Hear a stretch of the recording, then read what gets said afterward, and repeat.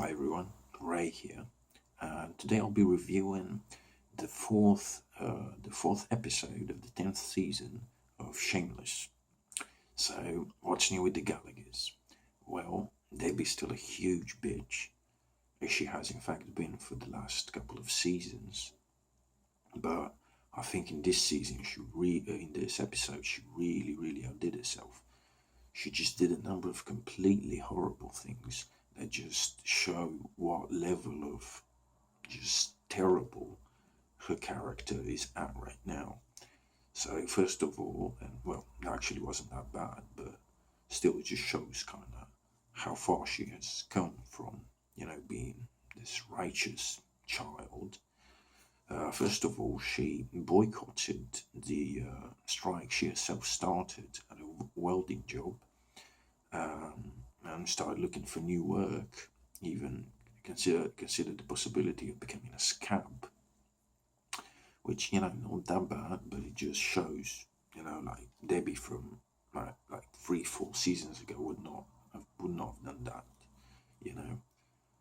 But then she did something to really show the audience what level she has sunk now. She after talking to a friend of hers that she met at the store, who told her about how she should milk her ex-husband. Well, not her ex-husband, but the man who gave her child, Franny. So then she went to Derek's house, where she found out that Derek had died while on duty, and he died by driving a tank into the Suez Canal and drowning. Yeah, I thought that was pretty hilarious. That was pretty funny. Yeah, but so he died, and she showed absolutely no empathy whatsoever. The only thing she was interested in was the $100,000 payout that each family of a fallen soldier gets. And thankfully, she was not able to get that. But it just shows just how awful she's become, and I don't know why the writers did this. Basically, she's like Fiona in season 7 or 8, just 10 times worse. Just fucking horrible. I don't know what the writer's plan is with her, but I don't know. I don't know. Just every time I see her on screen, I just cringe and hope that the scene will end soon. I can officially declare today that she has become the worst Shameless character ever now. Like the most morally corrupt, the most annoying, the most bitchy, just the most awful. And I don't know where the writers are going to take her from here, but I hope. I don't know. I just don't know. So to move on to more interesting and fun storylines, we saw Mikey and Frank had basically a full-on bromance, and it was beautiful, and it was heartwarming, and it was hilarious. That's why I watched Shameless. It was just great. Mikey needed money money for his urgent ER visit, which they did get. That money they got the previous episode, but Debbie, the bitch, took the money, so now they had no money for Mikey to go to the doctor, basically, which could have killed him, frankly. So they just went around town scamming people and getting in all kinds of misadventures, and it was really fun to see their like relationship grow, and to see Mikey develop as a character with a backstory. With his father, he went business with his father, who then committed suicide.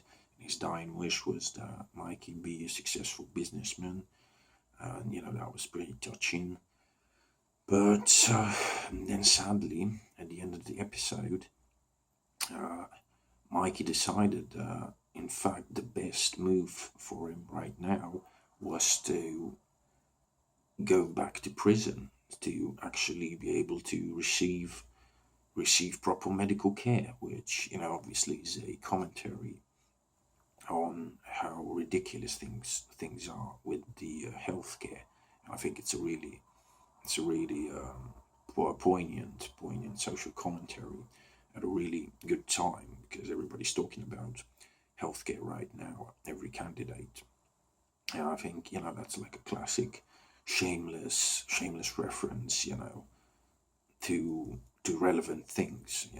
I quite enjoyed that.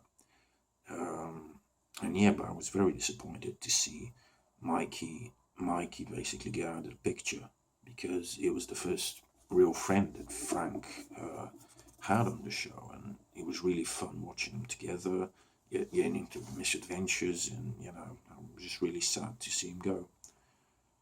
But yeah, so moving on, Carl had a very good episode himself. He really stood up for the girl that he's now dating, which, by the way, I'm delighted about, because I fucking hate Kelly. Just absolutely hate her. It's like, I hate her even more than I hate Debbie. She is just fucking the worst. Just every time I see her, just her face, I don't like her face. Every time I see her on screen, I just cringe and just go away. Every like storyline with her was so forced and so over the top and so unpleasant. So I'm really glad that she's probably going to be out of the picture. So Carl stood up for his new girlfriend, Anne, I think her name is, when ICE agents came around to get to bust basically illegal immigrants, which she was not one of, but her family, some of her family members were in the United States illegally, and Carl really stood up for her, and I thought that was beautiful, and yeah, it was a sweet moment to see that. I really enjoyed it, and it was again good and poignant social commentary on what was going on, what's going on in America right now, and I really enjoyed that. And then, in fact, Carl actually invited the whole family, her whole family, to stay at his place, and that's actually in the title of the episode. A little Gallagher goes a long way, which is obviously reference to Carl. And so I think Carl had a really good episode, and I really like his character development, how he's turned from this violent wannabe gangster to this aggressive, over the top wannabe police officer, to now just being like a sweet and reasonable guy. I really enjoyed that. I've been enjoying it. So then, who else? Lip. Lip is now a father, which is going to define his character. Basically, being a father and being an alcoholic is just two things that character has now. It's like nothing else, completely nothing else, and he's just going to draw on that again and again and again, and just on nothing else. He really just his character development has not been good at all. Just went from this smartass ghetto kid to then just being a drunk, and then being in recovery and being all about AA, and now it's all about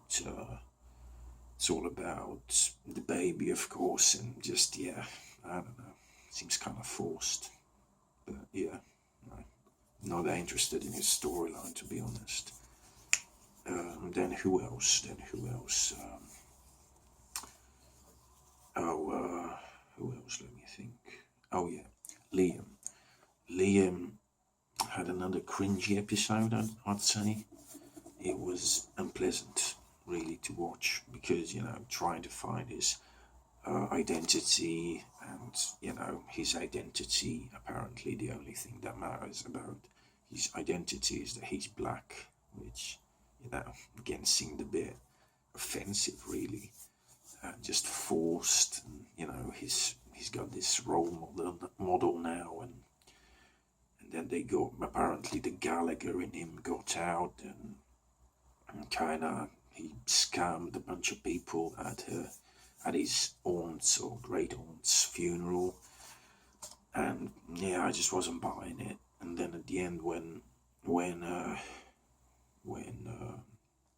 yeah, he told his mentor that at least I know who I am, or something like that, and that was supposed to be like a poignant moment, but I didn't buy it. I honestly didn't buy it.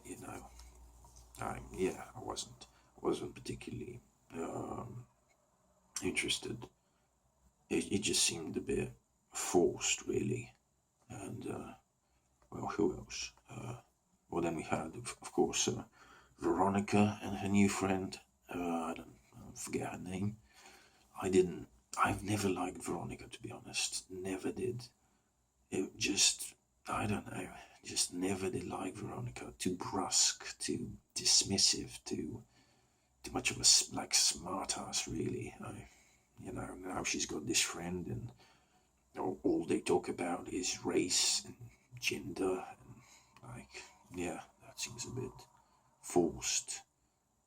Kevin was funny, as he always is. I think Kevin needs a little bit more screen time, to be honest.